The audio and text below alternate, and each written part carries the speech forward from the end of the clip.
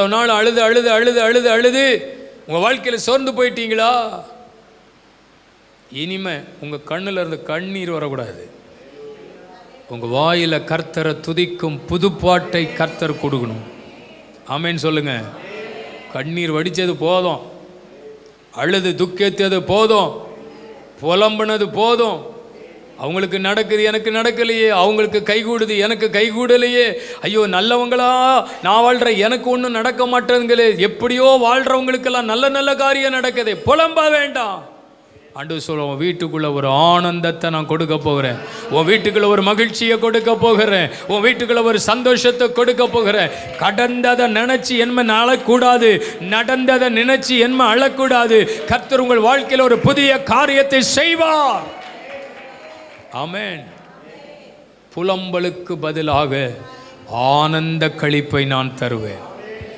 இந்த மாதம் ஒரு விசேஷித்த சந்தோஷத்தை அனுபவிப்பதற்கு கர்த்தர் உதவி செய்ய போகிறார். ஆமென். சந்தோஷத்தை இன்னைக்கு பார்க்க முடியல, மகிழ்ச்சியை பார்க்க முடியல, சந்தோஷமாக இருக்கணும்னு நினைக்கிறாங்க, முடியல. அவருடைய முகம் காட்டி கொடுக்குது, எப்போ பார்த்தாலும் சோர்வாக தான் இருக்குது, பார்த்தாலே தெரியுது. சொல்கிறாங்க, என்ன சிஸ்டர் பிரச்சனை, ஏன் சிஸ்டர் இப்படி இருக்கீங்க, என்ன பிரதர் ரொம்ப வாடி போய் இருக்கீங்களே, என்ன பிரச்சனை? அவங்க சொல்லுவாங்க, ஒன்றுமே இல்லையே, நல்லா தானே இருக்கேன். ஆனால் அந்த இருதயம் இருக்கு பாருங்க, இந்த இருதயம் உடைக்கப்பட்டிருக்கும், இந்த இருதய சஞ்சலத்தினால் நிரம்பி இருக்கும், இந்த இருதய கஷ்டத்தினால் நிரம்பி இருக்கும், இந்த இருதய வேதனையினால் நிரம்பி இருக்கும். அதனால் அது முகம் காட்டி கொடுக்குது. அதான் சொல்லுவாங்க, அகத்தின் அழகு முகத்தில் தெரியும். வெளிப்படுத்தல் 2 அதிகாரம்னு எடுத்து பார்த்துடாதீங்க, அதெல்லாம் வசனம் கிடையாது, பொதுவான வார்த்தை. ஆமென்.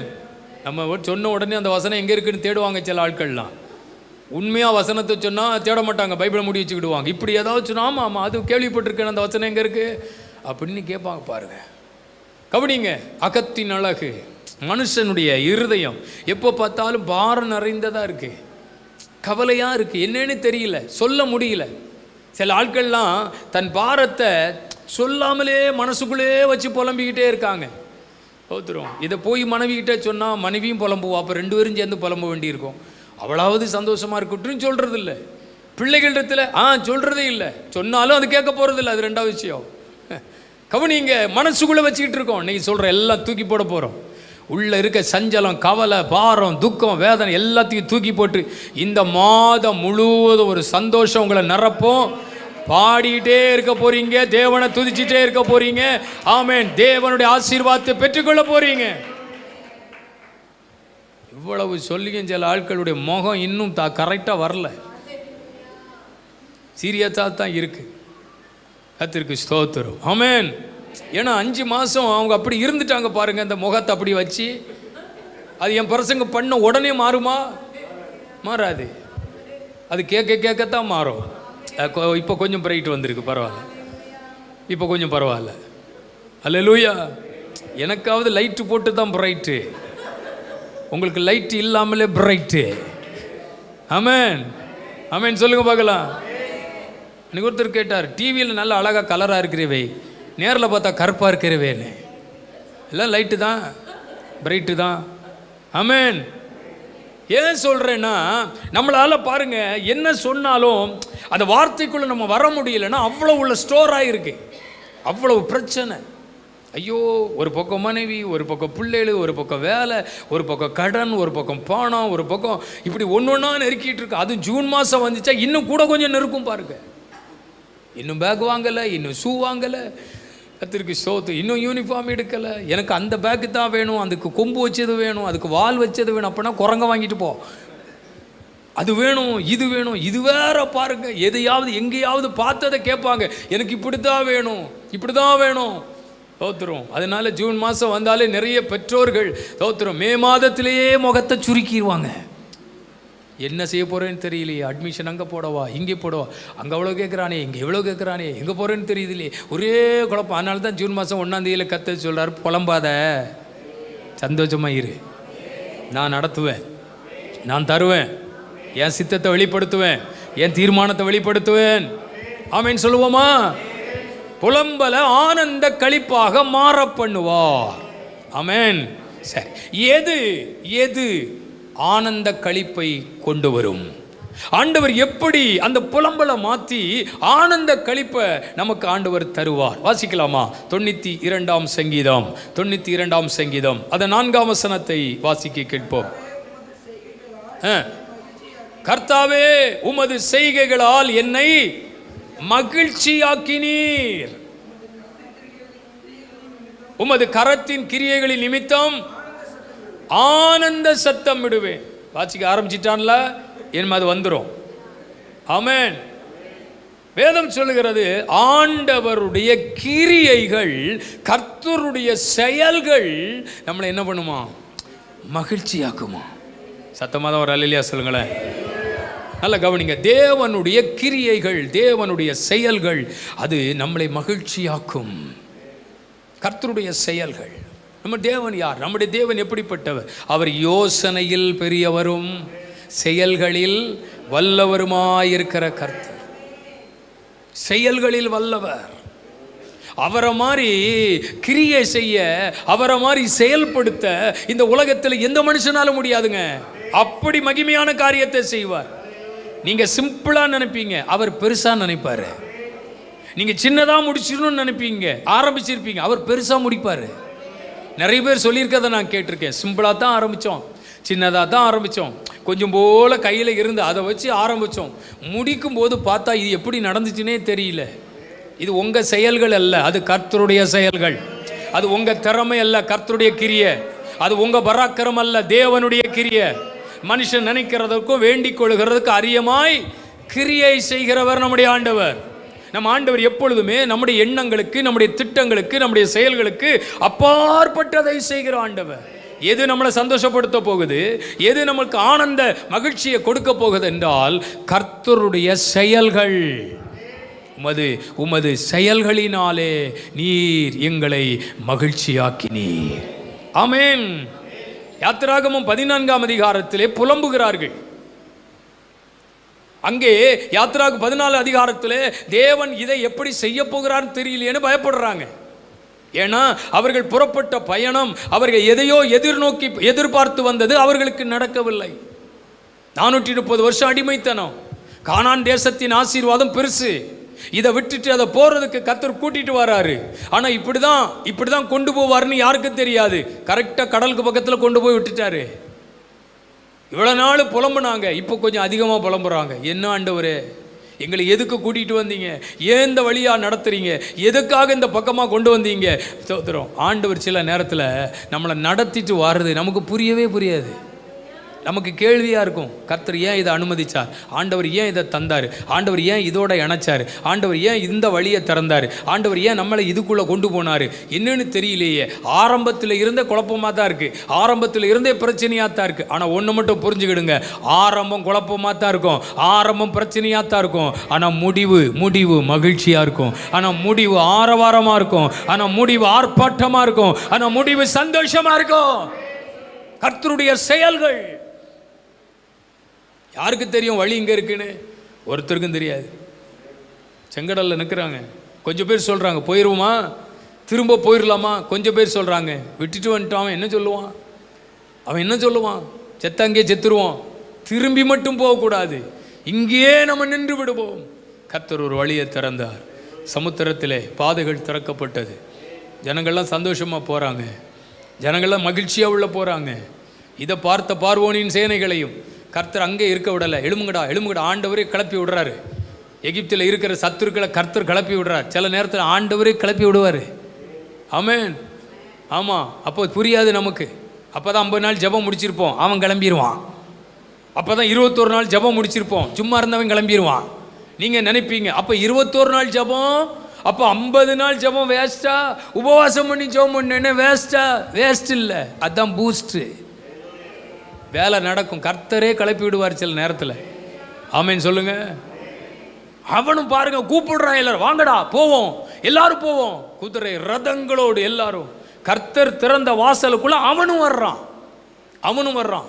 இவங்களுக்காக திறக்கப்பட்ட வாசலுக்குள்ள கர்த்தரே கொண்டு வர்றார். நடு வழியில் வந்த உடனே வசனம் சொல்லுது, ரதங்களும் குதிரைகளும் கலண்டு போயிட்டு, அது வீலெல்லாம் என்ன செஞ்சிட்டான்? கலண்டு போயிட்டான். குதிரை சொல்லுது, இனிமே என்னால் ஓட முடியாது. நடுக்கடல்ல. அல்லேலூயா. எல்லாம் தாறுமாறா போகுது. ஒன்றை மட்டும் புரிஞ்சுக்கிடுங்க, ஆண்டவர் தம்முடைய செயல்களை உங்களுக்காக விளங்க பண்ணுவார்.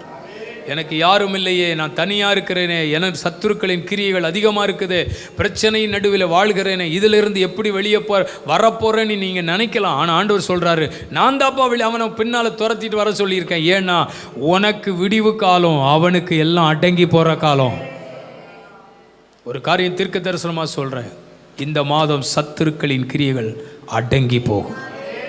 இனி அந்த இரைச்சல் உன் காதில் கேட்காது, இனி அந்த சத்தம் உன் காதில் கேட்காது, அந்த நிபச்சொல்லுகள் உன் காதில் கேட்காது. இத்தனை வருஷம் உன்னை வேதனைப்படுத்தினார்களே, இத்தனை வருஷம் தலகுனிய வச்சாங்களே, இத்தனை வருஷம் அநேக காரியங்களிலே ஆமென் நீ விழுந்து கிடக்கும் பொழுது சந்தோஷப்பட்டார்களே, உன்னுடைய நிலைமையை பார்த்து மகிழ்ச்சி அடைந்தார்களே, இனி அது இருக்காது.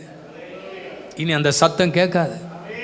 உன்னை தான் கர்த்தர் மகிழ பண்ண போகிறார், உங்களைத்தான் கர்த்தர் சந்தோஷப்படுத்த போகிறார். உன் புலம்பல் ஆனந்த களிப்பாக மாறப்போகிறது. எதி நிமித்தம்? எதினால்? கர்த்தருடைய செய்கைகளினால். 15 அதிகாரத்தில் வரும் பொழுது பாட்டு வந்துட்டு, 15 அதிகாரத்தில் பாட்டு. முந்தின அதிகாரத்தில் என்ன பண்ண போகிறோம், என்ன செய்ய போகிறோன்னு தெரியாமல் திகைத்து நின்ற போது தேவனுடைய செயல். 15 அதிகாரத்தில் பாட்டு. எப்படி? தம்புரு, கீத வாக்கியம் எல்லாம் எடுத்து எப்படி பாடினாங்களாம்? நடனத்தோடு பாடினார். அப்பா, சந்தோஷம் வந்தாச்சுன்னா நம்ம பாட்டு பாடு, கையை தட்டு அப்படின்னு சொல்லணுங்கிற அவசியமே இல்லை. மகிழ்ச்சி இருந்தால் நம்ம பாட்டுக்கு ஆராதிச்சுக்கிட்டே இருப்போம்.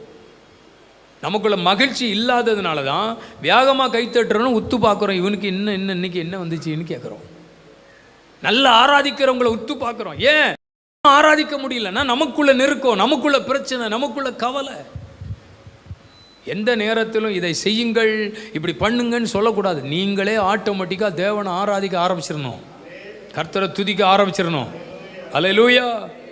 ஆமாம், உள்ளத்துக்குள்ள மகிழ்ச்சி இருந்தால் வெளியில் அந்த மகிழ்ச்சி பிரதிபலிக்கும். அதனால தான் எழுதியிருக்கு, சந்தோஷமாக இருக்கிறவன் சந்தோஷமாக இருக்கட்டுமா. சந்தோஷமாக இருக்கிறவன், அதான் நான் சொன்னேன்ல, அந்த பழமொழி சொல்லும் பொழுது எல்லாரும் சொன்னீங்க, ஆனால் நான் வசனம் சொல்லும் பொழுது ஒருத்தரும் சொல்ல மாட்டேங்கிறீங்க. பார்த்தீங்களா? இது வசனம், இது பழமொழி இல்லை. சந்தோஷமாக இருக்கிறவன் சங்கீதம் பாடக்கடவன். சங்கீதம்னா என்னது? நம்ம பைபிளில் 150 சங்கீதம் இருக்கா? சங்கீதம்னா என்னது? பாட்டு. அல்லேலூயா. ஒரு பாட்டுக்கு ஒரு ராகம் இருக்கு, ஒரு பாட்டுக்கு ஒரு தாளம் இருக்கு. அது முறைப்படி கற்றுக்கொள்ளும் பொழுது அது ரொம்ப ஈஸியாக இருக்கும். ஆமேன்னு சொல்லுங்கள். ஒரு ஒரு ஒரு கன்வென்ஷனில் போயிருக்கேன், பாட்டு பாடியிருக்கேன். பாட்டு முடித்து ஆராதனை முடித்து கீழே வந்தவுடனே ஒருத்தர் கேட்டார், என்னை பார்த்து கேட்டார், இது என்ன ராகம் அப்படின்னு கேட்டார். எனக்கு பொதுவாகவே ஒரு நாலேஜ் தான், ஆனால் எனக்கு சங்கீதத்தை குறித்து ரொம்ப அறிவுலாம் கிடையாது. நான் கேட்டு எனக்கு தெரியல அப்படின்னு. இது என்ன ராகம்னு தெரியாமலாம் பாட்டு எழுதுனீங்க அப்படின்னாரு. எனக்கு ராகம் தாளெல்லாம் தெரியாது இல்லையா, நான் ஜெபத்தில் உட்காந்துருப்பேன், கீபோர்டை வச்சுருப்பேன், ராகம் வரும், பாட்டு பாடுவேன், எழுதுவேன், பாடிடுவேன் அப்படின்னு. இது கல்யாணி ராகம் அப்படின்னாரு. கல்யாணி ராகம் அப்படின்னாரு. அப்போ தான் எனக்கே தெரியுது, இந்த பாட்டுக்கு இதுக்கு ஒரு ராகம் இருக்கு, இதுக்கு பேர் கல்யாணி. ஒரு பாட்டுக்கு ஒரு தாளம் இருக்கு சொல்லுவாங்க, இது ஆதி தாளம் அப்படிம்பாங்க.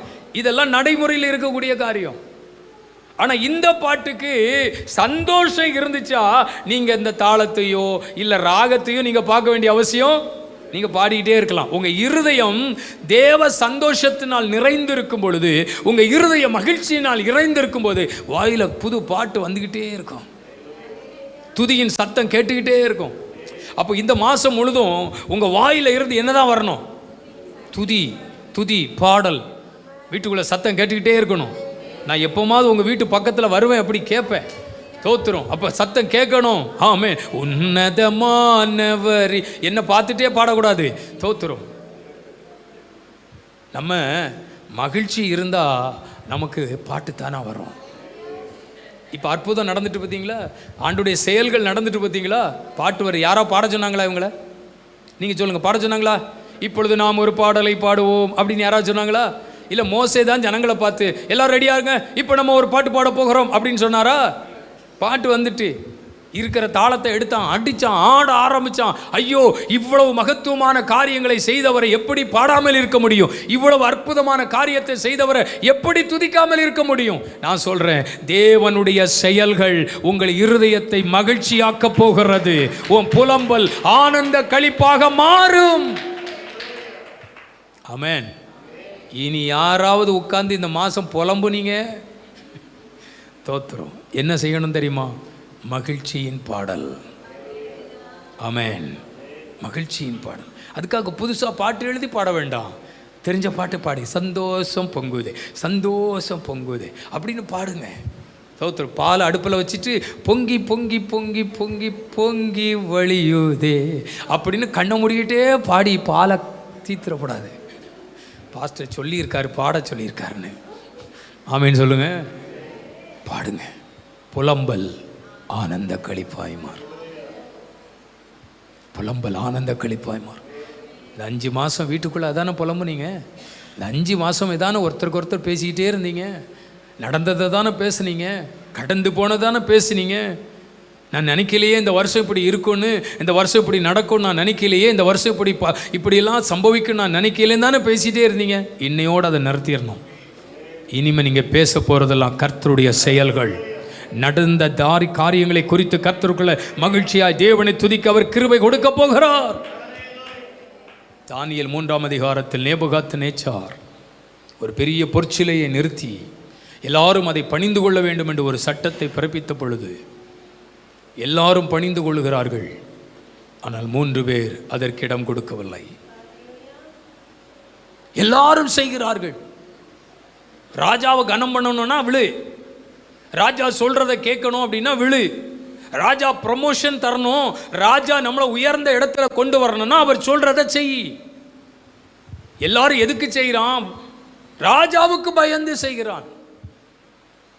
ஒருவேளை யாரேனும் இதை செய்யாவிட்டால் எரிகிற அக்கினி சூளையிலே போடப்படுவார். அப்ப இவங்க வர்ஷிப்லாம் எப்படி இருந்தது? இவர் ஆராதனை எப்படி இருந்தது? ராஜாவை மேன்மைப்படுத்த, ராஜாவை கனப்படுத்த, இல்லைனா ஏதாவது நமக்கு நடக்குமே என்று அறிந்து இவர்கள் பணிந்தார்கள். ஆனால் இந்த பரிசுத்தவான்கள் பணியவில்லை. வேகமாக அந்த செய்தி போகுது ராஜாவுக்கு. ஐயா, 3 பேர் மட்டும் விழமாட்டேங்கிறான், பணிந்து கொள்ளவில்லை, அந்த பொற்சிலையில் வணங்கவில்லை, கீதம் நாகஸ்வரம் எல்லாமே இயற்றப்படுறது, ஆனால் அவன் செய்ய மாட்டேங்கிறான் அப்படின்னு ராஜாட்ட போன உடனே ராஜாவுக்கு கோபம் வருது. அது யாருடா? எல்லாரும் செய்கிறான், இவன் செய்யவில்லை. ஒன்றை புரிந்து கொள்ளுங்கள், கர்த்தருக்காக வைராக்கியமாக இருக்கிறவர்களுக்காக கர்த்தர் வைராக்கியம் கொள்ளுவார். விட்டு வந்த காரியத்தை, வேண்டான்னு சொன்ன காரியத்தை திரும்ப நம்ம செய்யக்கூடாது. ஆவியானவர் சொல்றாரு, கர்த்தரை நம்பி உறுதியாக நின்று பாருங்க, அவருடைய செயல்கள் மகா அற்புதமானவை. புரிஞ்சுக்கிட முடியல. இந்த 3 பேரும் வைராக்கியமா இருக்கிறாங்க. ராஜா சொல்றாரு, சூட்டை ஏத்து 7 மடங்கு அதிகமாக்கு, தூக்கி உள்ள போட்டுருங்க, பார்த்துக்கலாம் நடக்கிறத. இவங்க சொல்றாங்க, நீ நினைக்கிற, நீ சொல்ற என்னமோ நடந்துரும், இவன் கருகிருவான், இவன் செத்துருவான் அப்படி நீ நினைக்கிற. ஆனா நாங்கள் ஆராதிக்கிற தேவன் எங்களை தப்புவிக்க வல்லவராய் இருக்கிறார். அது எங்களுக்கு தெரியும். ராஜா, உமக்கு தெரியுமாவே? உமக்கு தெரியுமா? அவனுக்கு இன்னும் கோபம் வருது. என்னையே ஏத்து பேசுறியா? 7 மடங்கு சூடாக்கி தூக்கி போடு. ஒரு விஷயத்தை கண்டுபிடிச்சாங்க. அவர்களுக்கு எந்த சேதமும் வரவில்லை. 4வது ஒரு நபர் உள்ளோடு உலாவுகிறார். இவன் கேள்வி என்னன்னா, 3 பேரை தானே போட்டோம், 4ஆவது நபர் யாரியா? தேவனுடைய சாயலுக்கு தேவதூதனுக்கு ஒப்பா இருக்கிறது. அப்போதான் அவன் யோசிக்கிறான், இவர்கள் தெய்வம் சாதாரணமானவர்கள் அல்ல, இவர்கள் தெய்வம், இவர்களை தப்புவிக்க வல்லவராய். ஆமென். கர்த்தருடைய செயல்கள். நான் சொல்கிறேன், வைராக்கியமாக நில்லுங்க. உலகத்தை விட்டு வந்துட்டீங்களா? இது வேண்டான்னு வந்துட்டீங்களா? இயேசு போதும் நினச்சிட்டிங்களா? ஆண்டவர் எல்லாவற்றிலும் எனக்கு உதவி செய்வார் நினைக்கிறீங்களா? சமுதாயத்தை கனப்படுத்தணும்னு விரும்பாம இயேசு எனக்கு போதும்னு வந்துச்சிங்களா? நின்னுருங்க கடைசி வரைக்கும். அவர் உங்களை கைவிட மாட்டார், அவர் உங்களை வெட்கப்படுத்த மாட்டார், அவர் உங்களை தூக்கி எறிய மாட்டார், அவர் உங்களை மறந்துட மாட்டார். வருவாரு. ராஜாவை பிரமித்து போய் நிற்கிறான். அவனுக்கு கோபம் வருது. போட்டு கொடுத்தவனு மேலே திரும்புகிறார். எவனாவது இந்த மாதிரி இனிமேல் செய்யணும்னு சொன்னால் உங்களை தூக்கி உள்ளே போட்டுருவேன்னு அந்த வசனம் 3ஆம் அதிகாரம் கடைசி வசனம் சொல்லுகிறது. அவர்களை பாபிலோன் தேசத்தில் உயர்த்தினார்.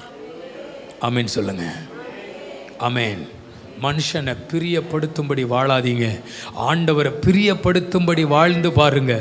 ப்ரமோஷன் வரும் உனக்கு. எந்த இடத்துல துரத்த நினைச்சாங்களோ அதே இடத்துல ப்ரமோஷன் வரும். எந்த இடத்திலிருந்து உன்னை வரட்ட நினைச்சாங்களோ அதே இடத்துல உன்னை மேன்மையாக வைப்பார். எந்த இடத்துல உன்னை தூக்கிடணும்னு நினைச்சாங்களோ அதே இடத்துல உன்னை தூக்கி உயர்ந்த இடத்துல கர்த்தர் வைப்பார்.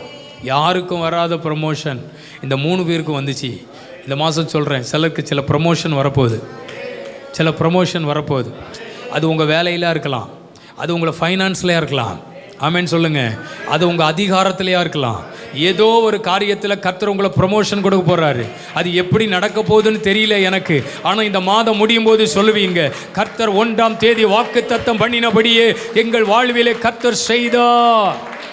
ஆமேன். ரொம்ப நாளாக இதே இடத்துல இருக்கிறேன், ரொம்ப நாளாக இப்படி இவ்வளோதான் சம்பளம் வாங்குறேன், ரொம்ப நாளாக இப்படி தான் வேலை பார்த்துக்கிட்டு இருக்கிறேன், ஐயோ இதில் இருந்து அடுத்த ஸ்டெப்புக்கு போகவே முடியல நினைக்கிறீங்களா? கர்த்தர் செய்ய போகிறார். தேவனுடைய செயல்கள் மகிழ்ச்சியாக்கும். யாருக்கோ ஆண்டவர் செய்யலை, அவரை நம்பி நிற்கிறவங்களுக்காக கர்த்தர் செய்கிறார். இந்த காலையில் எத்தனை பேர் நம்பிக்கையோடு வந்திருக்கிறீங்க? அவருடைய புலம்பலை ஆனந்த களிப்பாக மாற பண்ணுவார். எது நம்மை ஆனந்த களிப்பாக மாற பண்ணும்? கர்த்தருடைய செயல்கள். எல்லாரும் எழும்பி நிற்போம். தேவனுடைய சமூகத்தில் நம்ம எல்லாரும் சேர்ந்து நாம் ஜெபிக்க போகிறோம். கர்த்தர் நம்மை தொடர்ந்து ஆசீர்வதிக்கட்டும். ஆமேன், ஆமேன். இது புலம்புகிற காலம் அல்ல, இது மகிழ்கிற காலம். இது அழுகிற காலம் அல்ல, இது ஆனந்தத்தால் நிரம்புகிற காலம். எத்தனை பேர் ஜெபிக்க ஆயத்தமாக இருக்கிறீங்க? இன்னைக்கு ஆண்டவர் செய்வார்னு விசுவாசிக்கிறீங்களா? எல்லாரும் கண்களை மூடி ஹல்லேலூயா, ஹல்லேலூயா.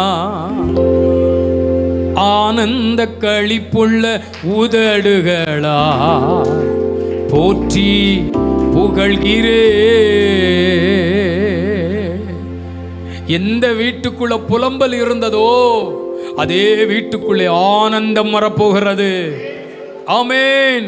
எந்த இடத்தில் புலம்பி நின்றீர்களோ அதே இடத்தில் உயர்த்தப்பட்டு நிற்க போகிறீர்கள். எல்லாம் சேர்ந்து ஆமென். S, glory.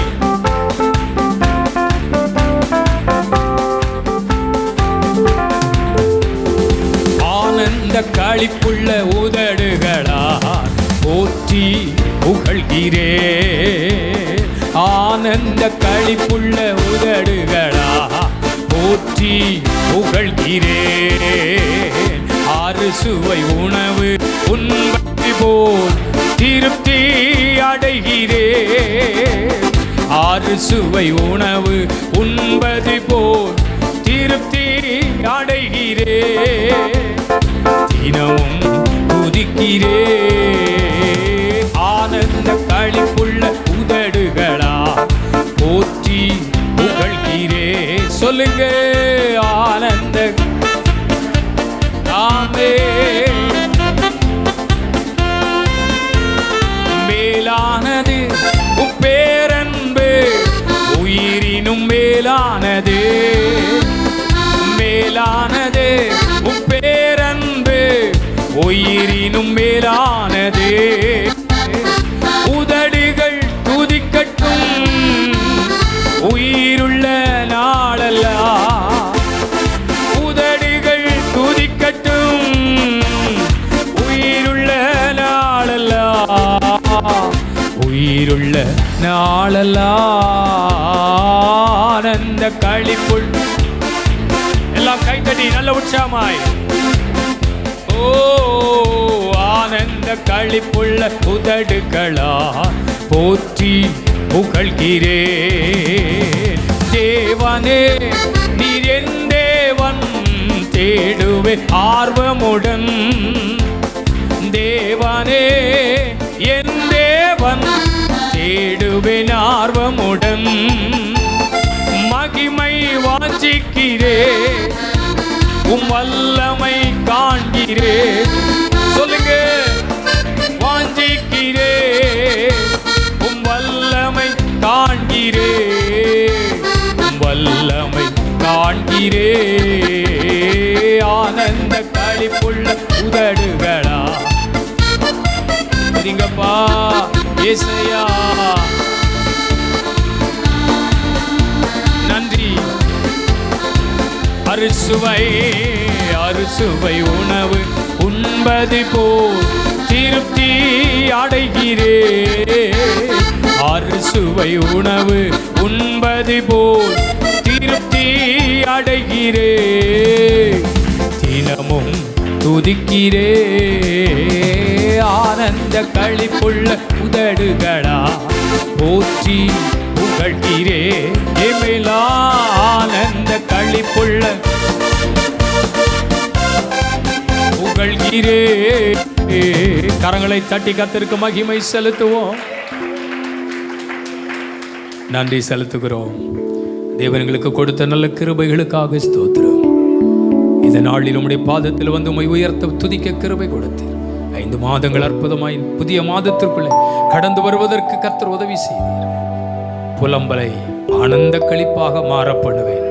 தாவீதின் வாழ்க்கையில செய்தது போல எங்கள் வாழ்க்கையில் நீர் செய்ய போகிறதற்காக ஸ்தோத்திரம். இந்த வசனத்தினால் உண்டாகிற ஆசீர்வாதங்கள் உம்முடைய பிள்ளைகளை தொடட்டும், சந்திக்கட்டும். தேவ கிருபை உம்முடைய பிள்ளைகளோடு இருக்கட்டும். இந்த வாரம் முழுவதும் இவர்கள் வேலைகள், தொழில்கள் எல்லாவற்றையும் ஆசீர்வதி. கிருபை உள்ள கரமுடைய பிள்ளைகளை தாங்கட்டும். ஆசீர்வதித்து அனுப்புகிறேன். இரட்சகர் இயேசுவின் நாமத்தில் ஜெபிக்கிறோம் நல்ல பிதாவே. என் ஆத்துமாவே என் முழுவதுமே பரிசுத்த நாமத்தை ஸ்தோத்திரம். என் ஆத்துமாவே கர்த்தரை ஸ்தோத்திரம். அவர் செய்த சகல உபகாரங்களை மறவாதே. அல்லேலூயா. இவ்வளவு நாள் அழுது அழுது அழுது அழுது அழுது உங்க வாழ்க்கையில சோர்ந்து போயிட்டீங்களா? இனிமே உங்க கண்ணுல இருந்து கண்ணீர் வரக்கூடாது. உங்க வாயில கர்த்தரை துதிக்கும் புதுப்பாட்டை. நாகர்கோவில் லீபனோன் அசம்பிளியில் ஆராதிப்போம் வாருங்கள். இடம் ஜசந்த் மஹால், புன்னை நகர், நாகர்கோவில். நேரம் ஞாயிறு காலை 7 மணி முதல் 8:30 மணி வரை முதல் ஆராதனையும், 9 மணி முதல் 10:30 மணி வரை இரண்டாவது ஆராதனை நடைபெறுகிறது. அபிஷேக ஆராதனை, தீர்க்க தரிசன செய்தி பாஸ்டர் TD ஜான் கிறிஸ்டோபர் அவர்கள் செய்தி அளித்து உங்களுக்காக ஜெபிக்கிறார்கள். தேவ பிரசன்னத்தை அனுபவித்து தெய்வீக விடுதலையையும் ஆசீர்வாதத்தையும் பெற்று செல்ல குடும்பமாய் கலந்து கொள்ள அன்புடன் அழைக்கிறோம். தொடர்புக்கு 9944091327.